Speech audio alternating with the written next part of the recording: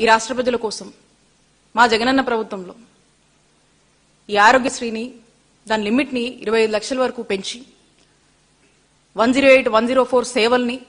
మరింత స్ట్రెంగ్తెన్ చేసి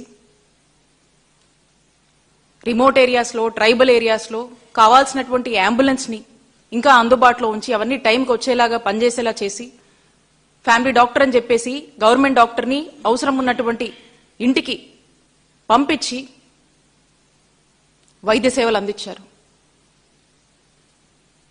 government medical college తీసుకురావాలని 17 గవర్నమెంట్ మెడికల్ కాలేజెస్కి శ్రీకారం చుట్టారు. 0 వేకెన్సీ పాలసీ అని చెప్పేసి ఎప్పటికప్పుడు అనేక పద్ధతుల్లో డాక్టర్లు కావాల్సినటువంటి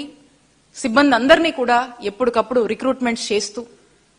వస్తున్నటువంటి రికరింగ్ అంటే కంటిన్యూస్గా వస్తుంది. ఖాళీలు అవుతున్నాయి, మళ్ళీ వేకెన్సీస్ వస్తున్నాయి, మళ్ళీ వాటిని భర్తీ చేయడము, ఎక్కడికక్కడ ఇబ్బందులు లేకుండా